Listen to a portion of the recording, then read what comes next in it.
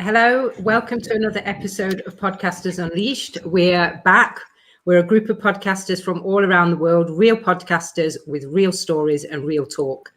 I'm your host for today. I'm Carla Magdalene, and I'm also the host of the Wonder and Wellbeing podcast. I'm joined today by our lovely co-hosts, including the wonderful Matilda. Over to you, Matilda. Hello, everyone. Hi, this is Matilda. I'm the host of Podcasters Unleashed, one of the hosts of Podcasters Unleashed, and host of Coffee with Matilda, Journey to Self. And it's about loving yourself, discovering yourself, and all that. Over to you, Nelson. And good afternoon or good morning, everyone. My name is Nelson J. Zambrano. I am the host of Investing in America, where we talk about how to invest in U.S. real estate. Also have incredible interviews with entrepreneurs that have incredible business practices. Thank you. And over to you, Kaola. Thank you. So this is Kaola, and I'm the host of the podcast Women Stories, where I share real stories from incredible women around the world. So if you want to get inspired, get tuned to my podcast. Over to you, Victor. Yeah, hi. Thank you, Hala. Yes, this is Victor Osio. I'm the host of the Diaspora Entrepreneurs Podcast, where we tell interesting stories, successes about diaspora entrepreneurs from the African and Caribbean, that has African and Caribbean background. And we are available worldwide on all popular platforms for podcasts. Over to you, Simon. Hi, I'm Simon Rushton, host of Taxi Chronicles, where I drive in a taxi every day, and any unsuspecting guests, they get in and I interview them about their everyday occurrence, what they do for profession. It's quite interesting. And I'm all major platforms. Over to you, Carla. Yeah, and we're going back to you in a second, Simon. Today, we've got a treat for you guys. We are kicking off a brand new series where we're going to look at everybody's podcast and everyone's personal experiences in podcasting so far. We've called the series Journey of a Podcaster. We're going to talk about what we've learned, why we do what we do, who we do it for. And to kick us off this week, we're putting Simon on the hot seat, and we're going to talk about sharing our gifts. So Simon, tell us, I know you've just introduced your podcast to us, but tell us so far about your journey in podcasting. What made you get into podcasting? Why do you do it? And what have been the major breakthroughs for you so far as a podcaster? Well, thanks for that, Carla. Why I do podcasting is actually a bit of a mistake, to be honest. I had just finished doing business in Africa, and I've been there for many, many years. And I had failed business. That's why I came back to England. And I thought, what have I done wrong? And I thought, well, why not go to someone who's making money? And then I actually saw an advert that I've been watching. I've been watching on YouTube all the time. And it was London Real. So I thought, well, let me go to London Real. And I did a course called the Business Accelerator. But at the end of that course, after spending quite a bit of money, it turns out that I was actually on the wrong course. I should have gone onto a different course called Broadcast Yourself. So I went into Broadcast Yourself because they said this is how you build up an audience so you can make money off them. And I started a podcast which was Africa Investor Stories. And since then, obviously the pandemic and lots of different things, and I ended up driving a taxi. And as the guys know on the show, I had you could say a near miss with a lady customer who came on to me. And I was very professional, even though she did try to get physical. And I was a gentleman and a scholar, as I am. And, excuse me. And from there, everybody was saying, yeah, that was funny. You should do an episode about it. And from there, I just started to interview people. The main object of the podcast was just like entertainment, see what people have to say.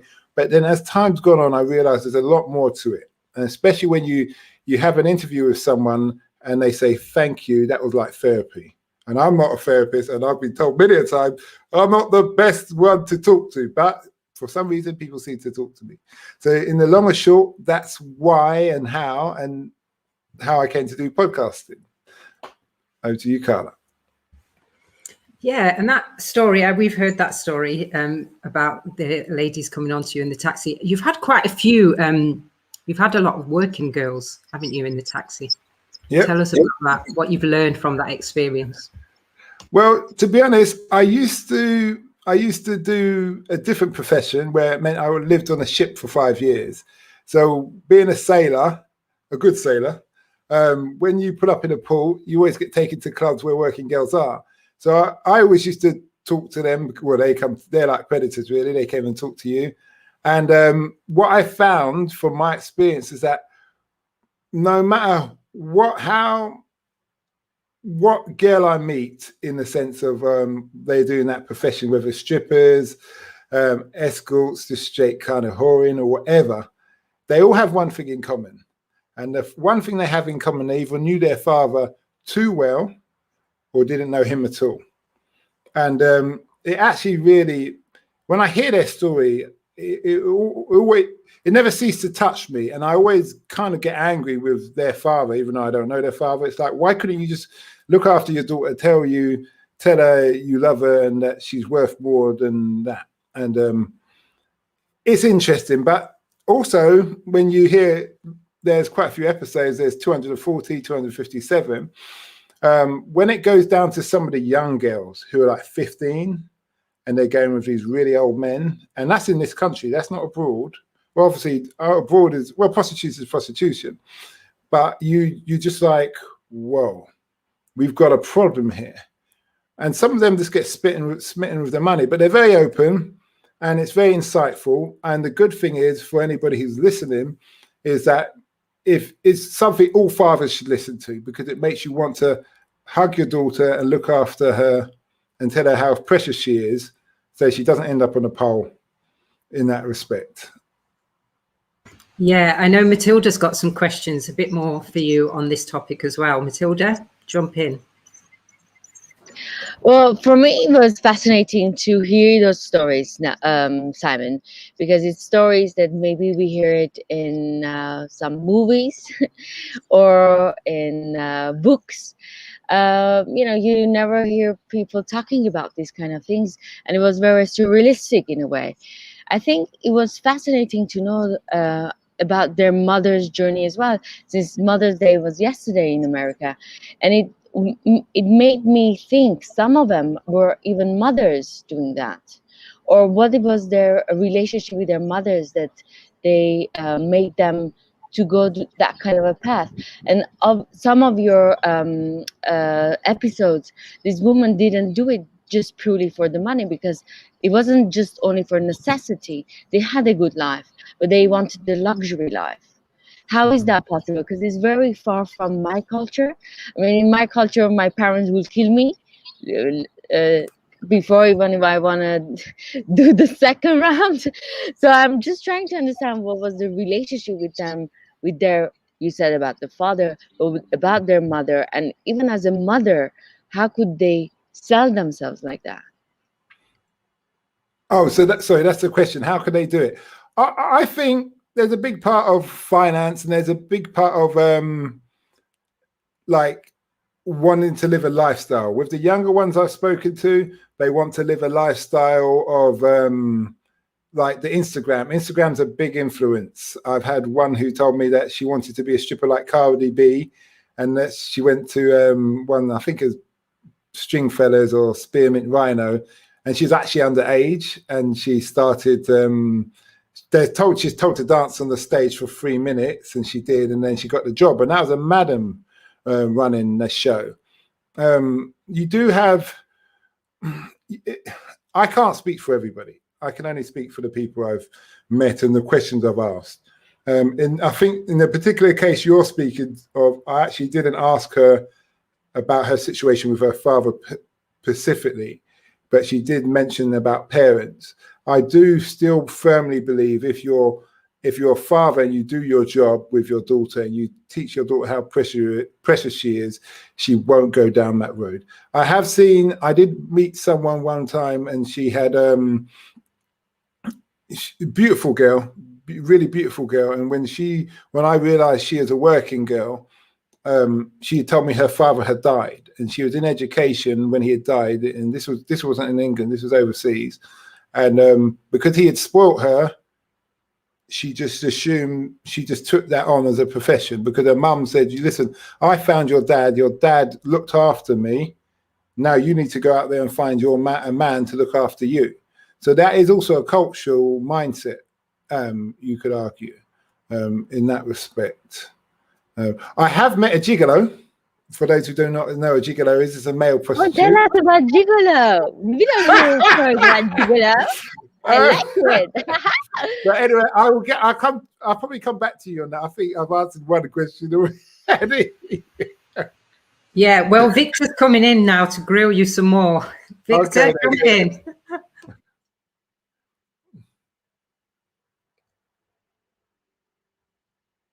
Victor, unmute yourself.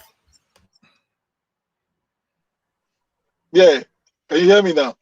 So, Simon, great experience. Yep. You've got over 400 episodes now, and how would you compare your first episode to where you are right now?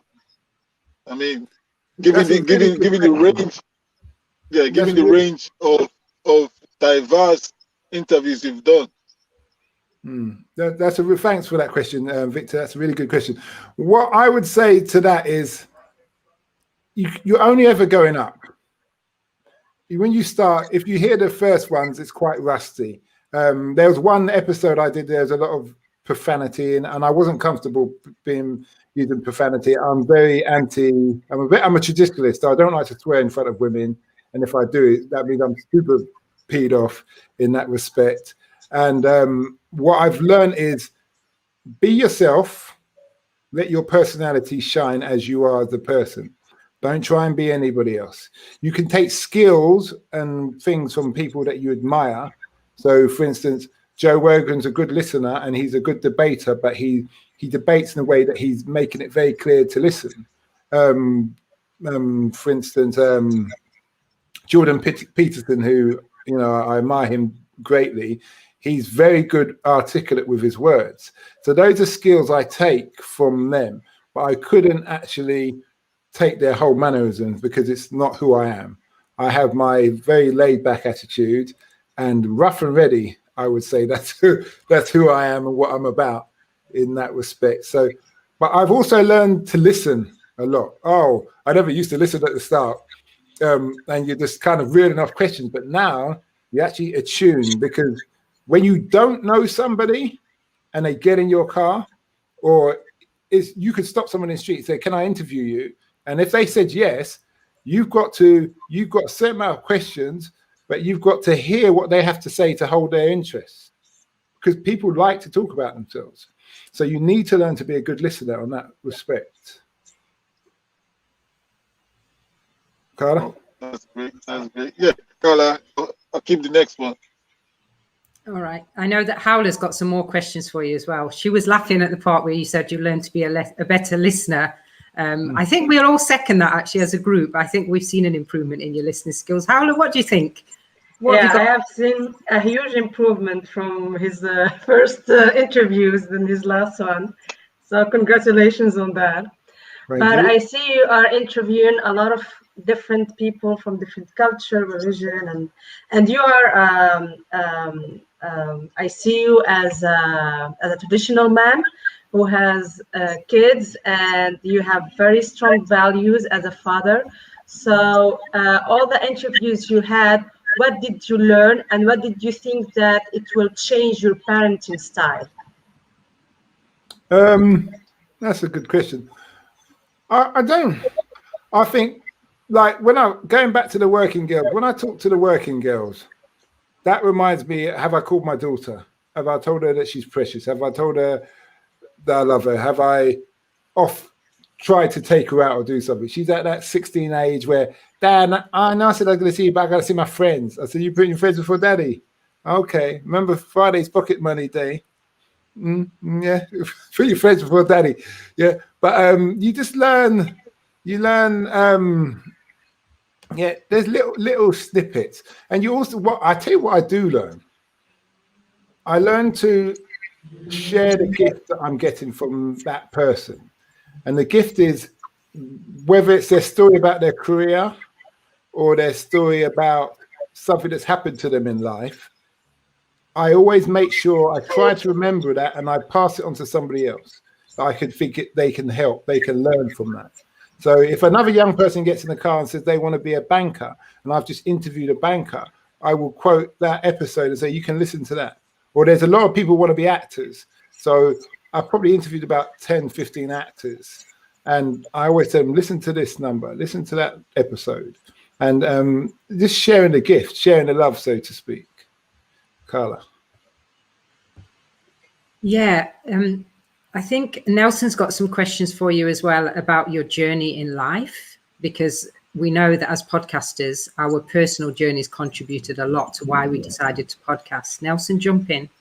Yes. Okay. All right, Simon. I have no questions about the young ladies making the extracurricular activity income.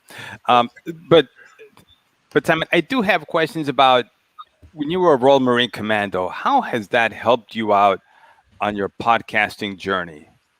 I mean, what from those experiences has helped out over here? Like any military, it's about the ultimate goal. So if the ultimate goal is to take that hill, you have to accept that you're going to get casualties. And you're going to have to accept, as a podcaster, your ultimate goal is to build your audience and share the gift.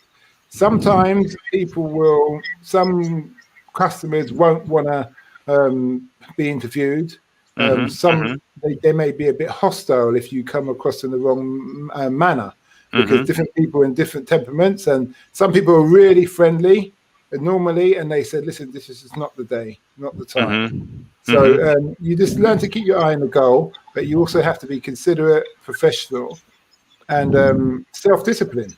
If you know you're going to do something, if you know you're meant to do something, do it and keep the ball rolling. Don't think procrastinate and say I'll do it tomorrow, next day, or whenever. Just keep it rolling, keep it moving, and and just along those lines. Okay. Carla? And I've got a. Well, I'll come back. Yeah. No, go ahead, Nelson. Go ahead, because I think you've got a few more. Yeah, so Simon, there was this one episode you did I really liked it. I don't remember her name. You got hundreds of episodes, okay? And it was the young lady.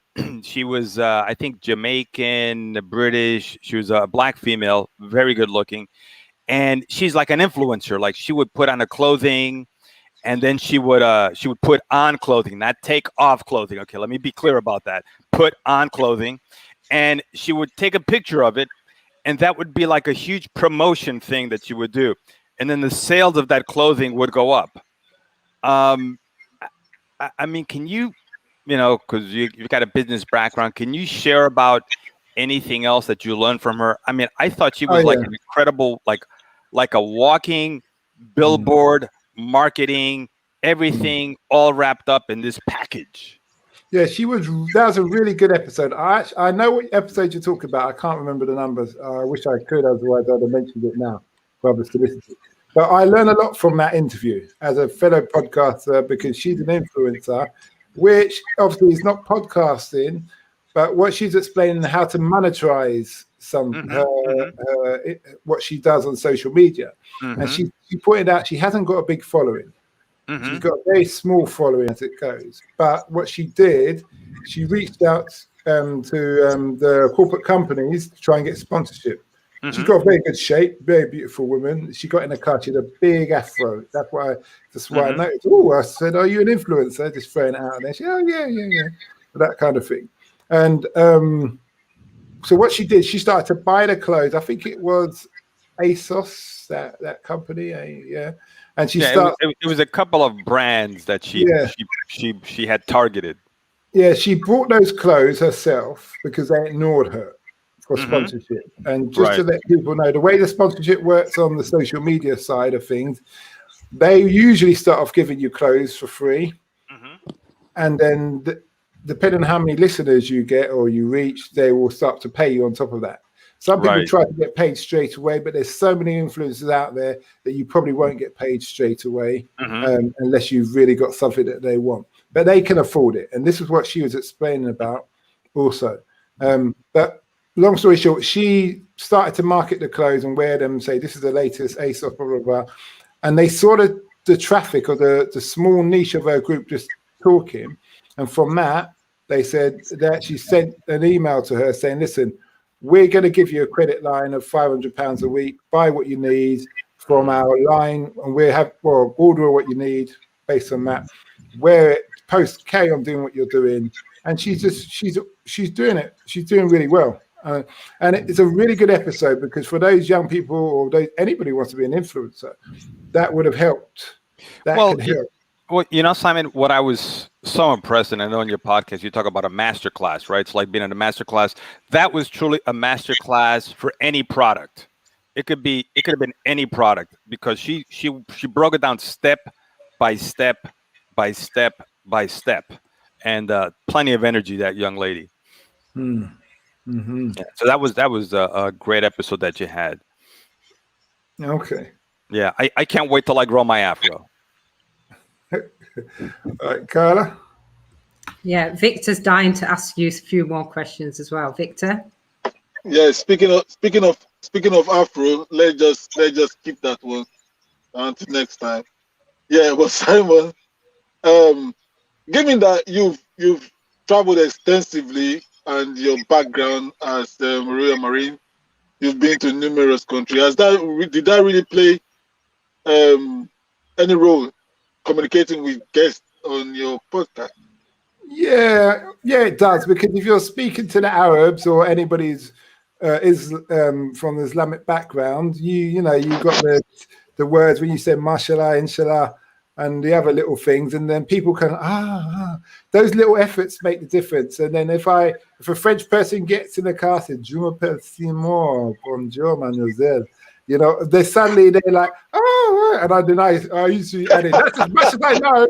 That's as much as I know. It's not throwing major lingo at me now. Yeah? But all those little things, they break the ice. They make you feel. And then obviously you've got the normal flattery. A lady gets in the car. You say, "Oh, what modeling agency are we going to?" And she goes, "Oh." So next thing you know, when you ask her for an interview, she's all here, isn't it? Because she's all, "Oh, thank you." Oh, all those kind of things. So, yeah. But yeah, it does. But you could, it depends on your mindset, Victor. If you don't want to be open-minded to other people's cultures, other people's ways and understanding, and you don't show an interest in other things, then you could have been like David Attenborough and gone everywhere, and then just come home and been what I call old England, where if it's not English, it's not right. So it's that kind of thing as well. Carla. Yeah, I was just thinking there about what Nelson said about masterclass. I think every one of your episodes in itself is a masterclass, but there are some themes as well. Like one of the things I noticed about your episodes, and maybe Matilda might have some questions around this, but there are a lot of women, a lot of female guests, and there's a wide spectrum of women. You say in your trailer from working girls to whatever else, and you have this wide range of different women who are I wonder what it's taught you about women, and I wonder if Matilda's got maybe a follow-on question from that as well afterwards. What have you learned? I'll tell you one thing that surprised me. There's an episode called episode 26. It's called Data Security. What would you do for 15 million? And I'll tell you this briefly. It ends up that a woman tried to have her husband killed by putting cocaine, £32,000 worth of cocaine in his suitcase, and letting him go with it to Singapore, where they have the death penalty. So I always ask that question to people, and I've asked it to couples. I've asked it to couples and all of that. And what I found is a lot of women are willing to sleep with someone for 15 million, when there's quite a few men who aren't. And that was very fascinating, because I suspected it would be totally the reverse. But women are very willing to compromise their values or things like that. But then I've also learned that dealing with sex for women is like dealing for drugs for men. Because men sell drugs, it's easy. Women sell sex, it's easy. And that's the kind of, let's say I'm on a summary of what I've seen so far in that respect. Because I've met married women who are on the game in that car, and they say, "Yeah, I was married for so many years, and I just got bored of my husband, and I started to and I've got 4 kids at home. You're like, really? Okay. I said, do your kids know? You know, but that's what they're about. That's what they're about. So for me, it's very interesting that the way you picture women sometimes, or you portray it in your podcast, for me, sometimes it's a little bit strange because it's not how I know women. I'm wondering if you ever met any Armenian in your, or an Iranian in your car. Maybe I don't know. Maybe it's not about even the culture, but for me, it's a little bit strange because I don't know women that way that you portray in your podcast. Maybe if you share some good stories about women who are fighting for their own family, fighting for their own belief, and they don't do these stupid things that you say they do. Because I mean, I don't like how women are in the podcast. I don't think women are like that. There are a lot of women who they stick around for their husbands, even the husband doesn't bring any money, because they believe that's the right thing. There are a lot of women who do husband cheats, but they are still in that family and they're fighting to keep that family because that's their values. As a woman, as a mother, you want to keep that family alive and strong. I want you to share us about those stories because I think it's important for women, young women, to hear that, or young men as well, because I don't want them to have that kind of a attitude about women. Okay, so just to confirm, the question is, you want me to tell you a story of a positive woman story? Is that right? Yes. So Okay. young men can hear those stories and to know being with a woman is amazing. Hey, okay. One second. We just 1 second, Simon. Hey, hold that thought. We just got something here from Thomas Doherty. Women are amazing. Men are not. This is a true story. Speak for yourself, Thomas. Okay. And we have an answer. Speak for yourself, Thomas, from Victor Osio. Okay, back to you, Simon. Thank you, Nelson. Matilda, there's 400 different episodes. You've asked me about Pacific. You brought up about the prostitution because that's what you wanted to hear. Now, if you wanted me to talk something positive, if you had listened to those podcasts, the positive ones, then we would be talking about that. But I'm only answering the questions that are based on what you've listened to. Now, granted. Wait. Sorry? Simon, quick one. Do you invite guests to be on your podcast? No. And that was my next point. My next point is people get in the car and they talk. Some people talk, some people don't talk. Now, there's teachers, there's NHS workers, there's a woman who's from the Asian lady who's from the English Channel. All those stories are out there. But you guys have chosen to listen to what you wanted to listen to, and you asked me questions of what you wanted me to ask. Women are out there doing good things, as men are out there doing bad things, and vice versa. But if you ask me based on the podcast you listen to, then I can only answer those questions. Carla. I think Nelson's got a question for you as well. Yeah, so it's a question and a statement. One is, I thought I've listened to episodes very positive. Again, the one I just referenced, the young lady, that was a masterclass on, millennial entrepreneurship. That was an amazing, amazing one. How she was able to make those big companies kind of, you're going to notice who I am kind of thing. Fantastic episode there, Simon. And thank you for being able to get that lady to open up like that. That was really, really good. So, Simon, I've been talking about that. So going kind of right along in that. Last week we had an episode on traditional families, right? What have you learned about, let's just say, traditional families and other variants? I mean, what has been the takeaways for you? What have been the takeaways for you? That's a good question because obviously from traveling and living abroad in various different countries, I actually really value, I'm a big fan of tradition and I'm a big fan of family structure and in being accountable to your family. So I'm not a fan of someone just deciding to get married and not consulting their family. I don't think that's a good idea. Excuse me, or anything along that, because it's like traveling through a forest and not knowing where you're going.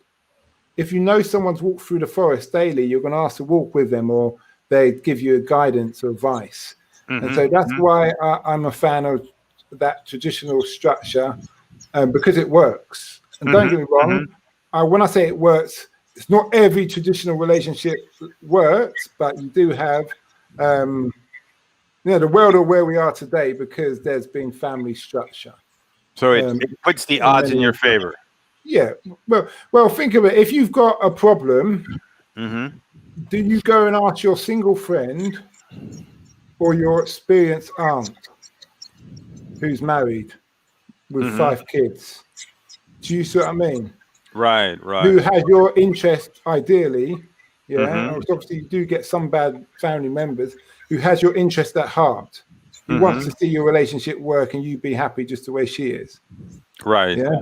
So to me, it's like you got to look at why, and also why would people not want to get advice from somebody? Why would you pay a psychiatrist who you don't know? Yeah. And may not be in the same cultural mindset as you, rather than just talking to someone for free who actually loves you. Well, there's. I don't. This is what I'm thinking, and obviously I'm talking about the male and female. I can't speak on anything else in that respect. Yeah. Carla. Yeah. And by the way, we just had a comment come here. Thomas Doherty. Men are getting there, must try harder. So I'll read it again. Men are getting there, must try harder. Thomas, if you could just type in where there is and what there is, and I'll make sure I read that out when it comes back. Carla, over to you. Yeah, I know Howler's itching to ask you some more questions about how podcasting has influenced you or how it's transformed you as a person. Howler, jump in. Yes, but before asking that question, Carla, I want to ask you another one. It's about podcasting and doing interviews during your driving. So I want to know what's the most embarrassing thing you had to face during your interviews. You know what? I wouldn't. That's a good. I don't think it's nothing really embarrassing. I've had some things where I'm disgusted. I've had some things where I think I shouldn't have asked you to interview. I wish I never asked you about an interview because your story is too close to not close to the bone in like relation to me, but it may be against my moral standing or something like that. So I did have an incident, I don't know, about 4 or 5 months ago. I never told anyone about this. I'm probably going to get a load of crap. There's this guy, and I came to pick him up, and I couldn't find him. It's like, where is this guy? Yeah, it says here, I'm at the point, looking, and then suddenly the door opened. This guy got in. He's kind of a bit. He was. You know what he reminded me of? You ever see those when they say be careful who you're talking to on the internet, and it's usually like a big fattish guy who's a bit sweaty, like that. So he's sitting in the car and then he's leaning forward. He's sitting in the back and leaning forward. And then he's kind of really leaning forward. So I'm thinking, all right. So I said, I wonder if I start talking to this guy, see if he's okay. So I'm trying to have a conversation with him. So I said, Dad, do you watch films? He said, yeah, lots. So I said, okay. And so then I said, what kind of films do you watch? He said, I love comedies. So I start reeling off all these comedian films. He hasn't watched any of them. So I thought, that's weird. Something's not right here. Something's not. And then when I said, oh, you're here at the stop. And then he looked and he leaned and he looked at me and he goes, is there anything I can help you with? And I went, what? And what it is, he's a tutti frutti. Yeah. And I was like, what? What do you mean? And then he goes, no, I didn't register at first. And then he goes, oh, don't worry about it. I'm drunk. And he just got out. But then his trousers wasn't even, I always look behind to see that they haven't left nothing, but his trousers wasn't even properly out.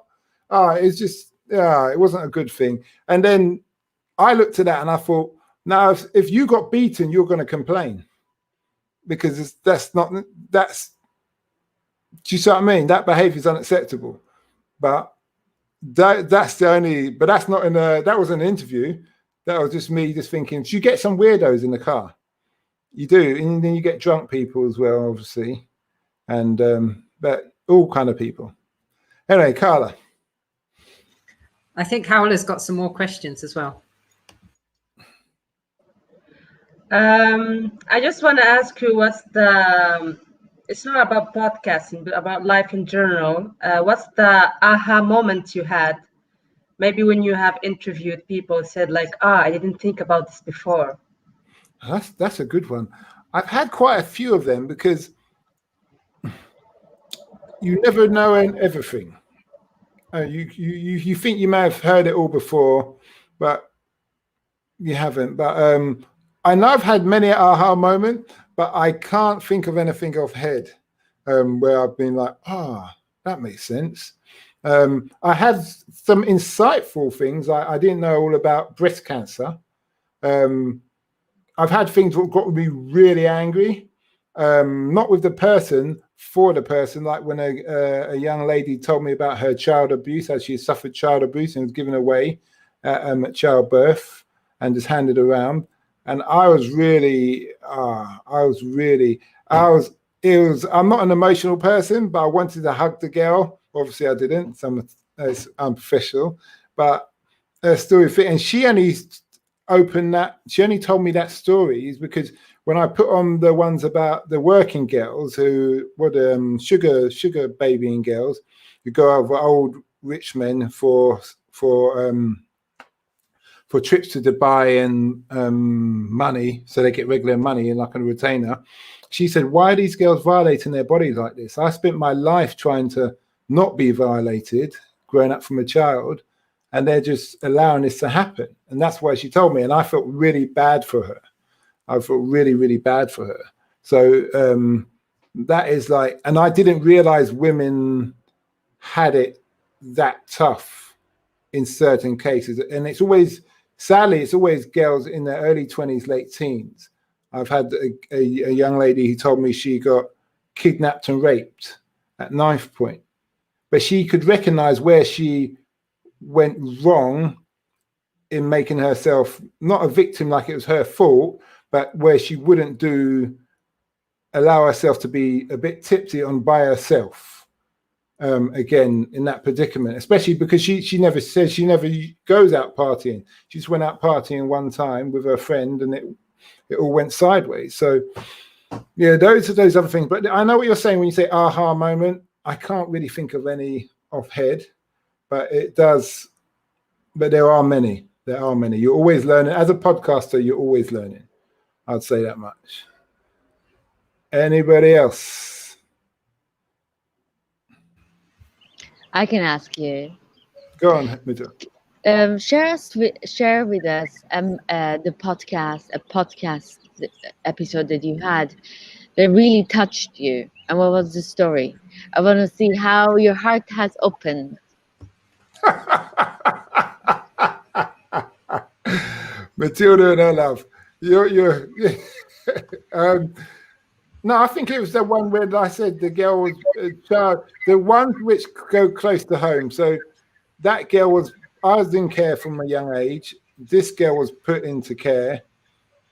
So I related to that and her misfortune. I've had another one where there's a young girl who got adopted and life was going really well for her. And then she went off the rails and I relate to that. So obviously you relate to things that things affect you that you can see with. It's a bit like if you're a child and your mum used to get beaten and you're really against beating women. So any story about any man who hits a woman, you get very angry. You take it personally because you remember about your mum. So in that same respect, when people speak of children's home and adoption, I always can resonate with them. And I think that also my upbringing, the fact that I can resonate with people when it comes to certain things like that, it really helps the podcaster themselves open up. Very nice. Okay. Okay. Yeah, let me just switch it up a bit. Given the range of podcasts that you've done, have you had any? I know you are an entrepreneur. You've done quite a number of businesses. Have you had any opportunities during any of your interviews of being a podcaster? Has there been any opportunity business-wise? Yeah, that's a really good question. There's loads of opportunities business-wise. Sorry, sorry, kicking the mic, camera. There's loads of opportunities business-wise. There's I've met people who own their own investors bank. I've met people who do a lot of investing in Africa. I've got a list. I've got a red book with a list of contacts in for people who've invested in Africa who are willing to do interviews or collaborations depending on where you are, and things like that. So yeah, there's always opportunities, and you'll find that there's something that I was taught when I was on London Real, and it was the best part of the interview is usually when you turn the mic off, because the interview itself is like a warm-up. And then what happens, with the thumb up. What happens, so you what I do, I try and make that interview last until the very last minute of them getting out of the car. Now, sometimes, like there's a girl who's talking to me about her sister committed suicide, and she was young. She was 21 or 22, and her sister was a couple of years younger. And she shared a room with her sister her whole life, so she's really feeling down about it. I think she had found her sister, but so I can't even remember why I was telling you this now. Sorry, but yeah, I do learn. You learn all the time, and you're always finding there's always business opportunities for different things that you learn. God, totally got off track. Yeah, different things you learn. Next question. I know. Yeah, I know it's a long one. Yeah, I know it's a long one. So, but I just wanted to tie it in there to just know that because podcasters and someone like you with an entrepreneurial mind, these things they do come in most of the time. So I just want to see if you actually catch them. Yeah, I do, and sometimes you have to be honest with the person and say, listen, I'm doing my Africa investors stories. It's on pause right now. I'm just sorting out certain personal things, but as soon as I get it back up and rolling, I'd like to interview you, or you find out what there, and you just take a note. Say, can I take your number and your email, because I'm doing this and I think we could do a collaboration sometime, or I may be interested in your services or what have you.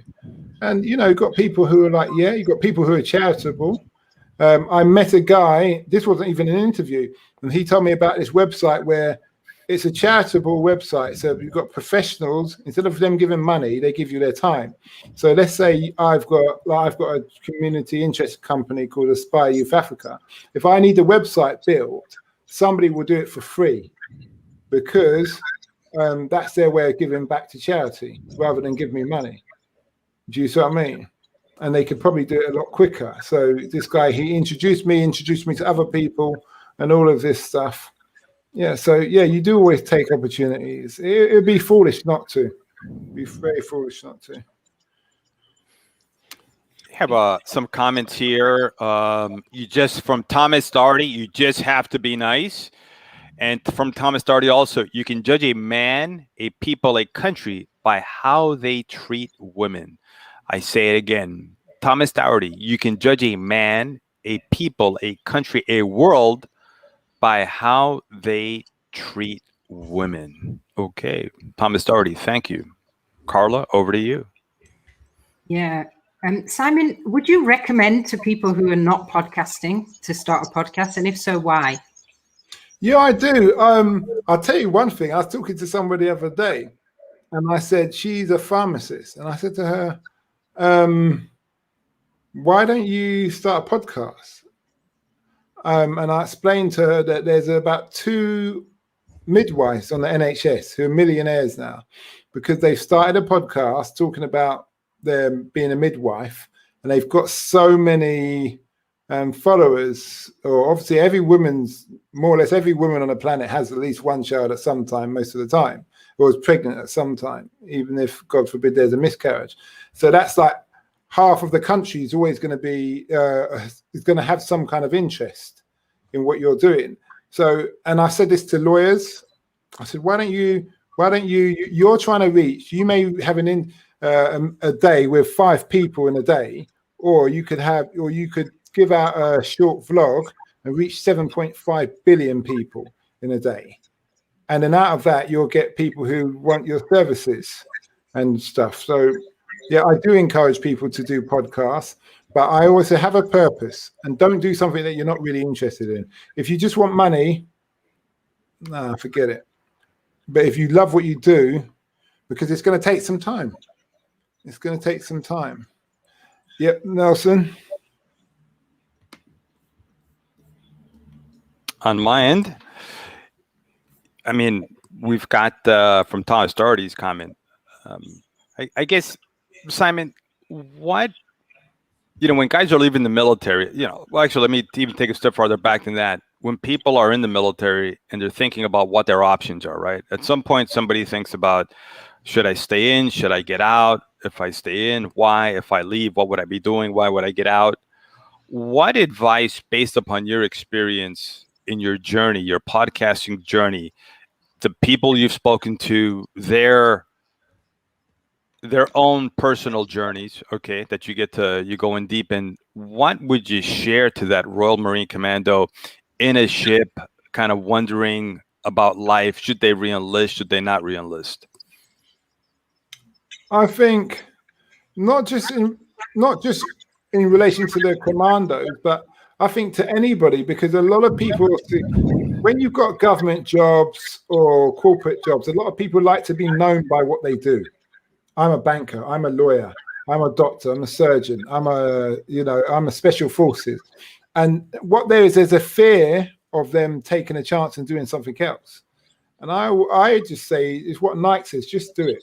It's better to just tried and failed than not tried at all and wondered how successful you would have been. So yeah, it's just a case of having a go. And if it's in relation to podcasting, you can start at any time. You could start, put up a table, do it. You don't even need a mic. You just use your phone. You've got a good enough camera on your phone. You've got your Bluetooth earpiece to start vlogging, start talking about what have you. If people start following you, then you're onto something. If they're not, then maybe you want to change the subject, or you want to change how you present yourself. There's no reason why you can't have a go. Well, Simon, you brought up another good point, right? So it seems like nowadays, every other day that, somebody is a new podcaster, right? Every day.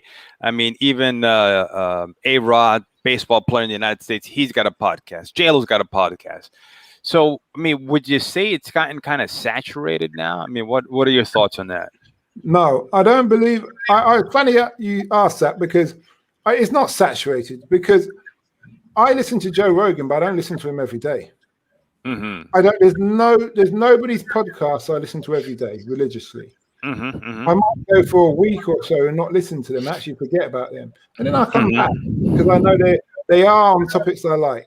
So you're going to get people dropping in, dropping out, dropping in, dropping out. But as long as you're continuous in what you're true to yourself, and you know what you've got is some quality, then it shouldn't be a problem.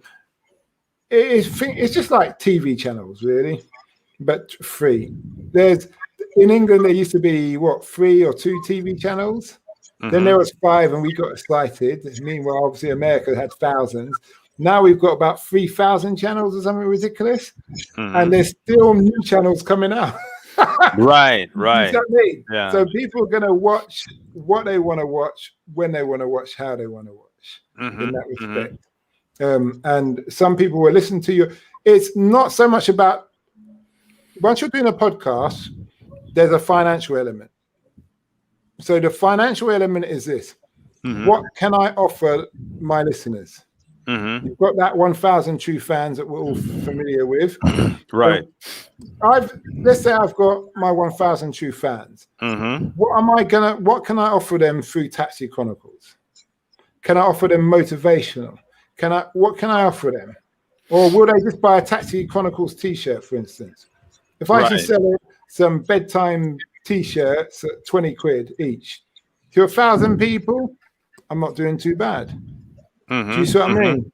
Right. Yeah, so that's that element. But if you're going to try and monetize it, make sure you monetize it with something of value. You don't want to be seen as that person who's just like that guy who's just trying to get money out of people.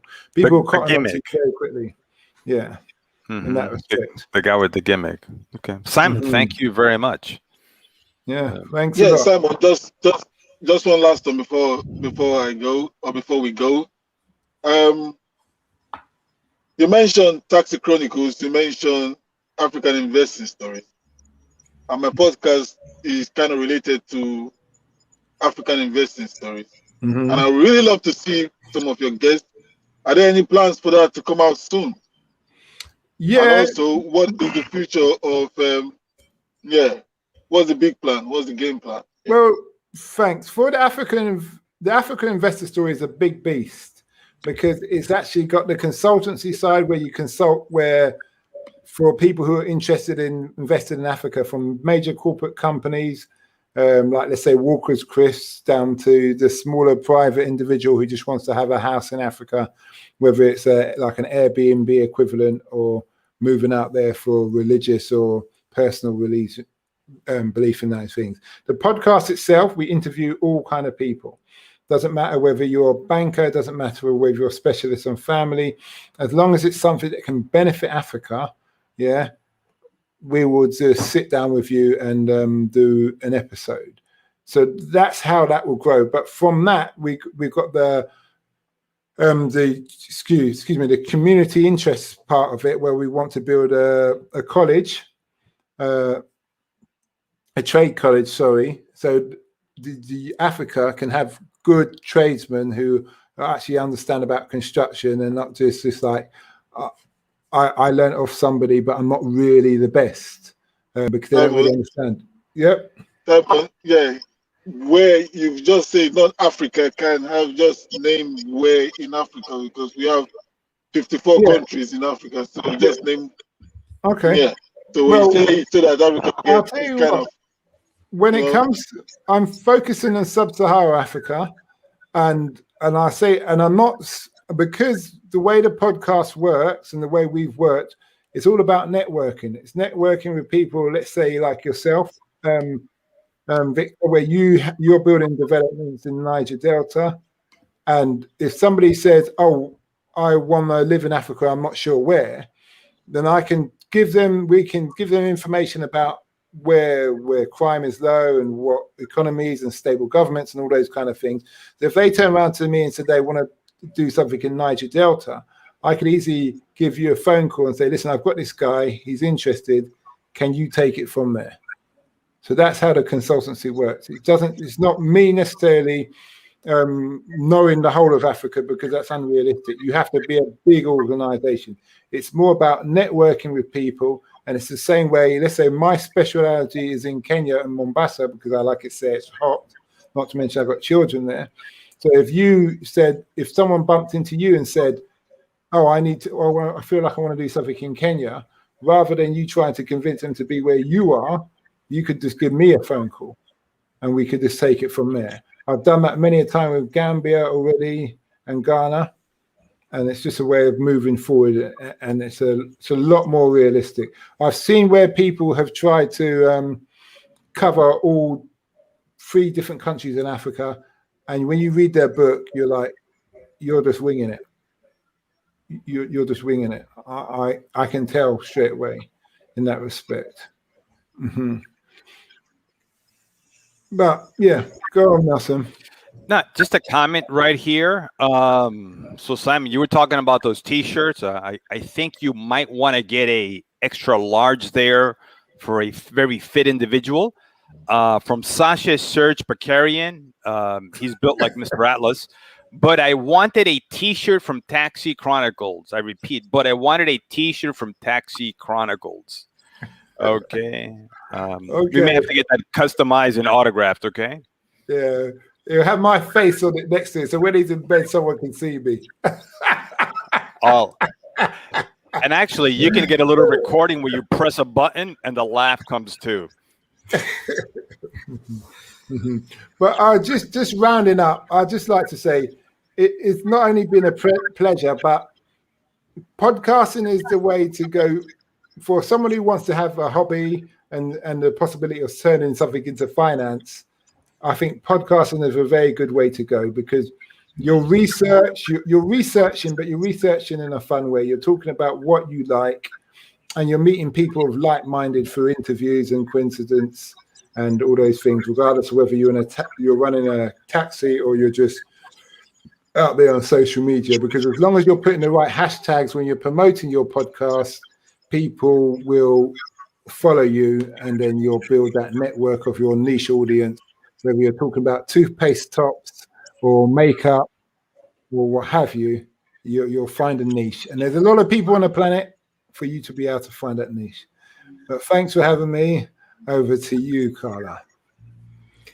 Yep, and there we have it. Thank you, Simon, for telling us all about your podcast. And we've learned a lot from you today about human nature, about what you've learned on your journey as a podcaster, about all your different guests.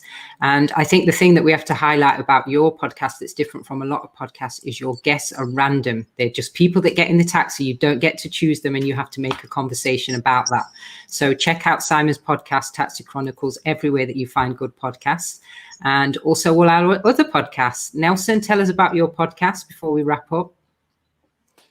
Okay, my podcast is Investing in America, where people get to learn about, and I have interviews with key people throughout the life cycle of a real estate investment. And I bring them on, we talk about it. We also go into their personal stories, their practices as well. And I also have a certain amount of episodes where I interview people, entrepreneurs that have nothing to do with real estate, but they have incredible best business practices. So thank you, Carla. And Matilda, where can we find out about your podcast? My podcast is in all the platforms of podcasting, and on YouTube and Facebook as well. Coffee with Matilda, a journey to self.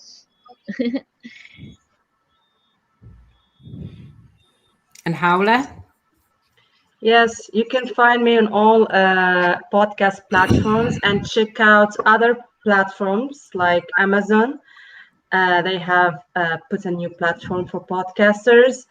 And also, if you wanted to hear real stories from real women other than working girls that Simon interviewed, you could see how they have really rose above different challenges, and how they really came up strong from all of these challenges, and they created the life that they want. So stay tuned for new episodes. Over to you, Victor. Yeah, that was it. Yeah, you can find the Aspire Entrepreneurs Podcast on YouTube, and don't forget to subscribe and like. Also share. Also on Spotify, Apple iTunes, and everywhere you can find good podcasts.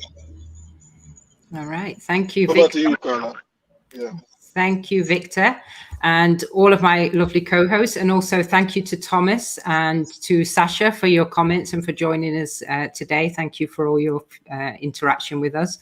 Next week, we'll be back again with another episode of Podcasters Unleashed, same time, same place, 7 p.m. GMT time here on Facebook and also on YouTube. And we'll be looking at another podcast. Next week, it's going to be my podcast, and we're going to be talking all about wonder and well-being and children's education and how I got into that.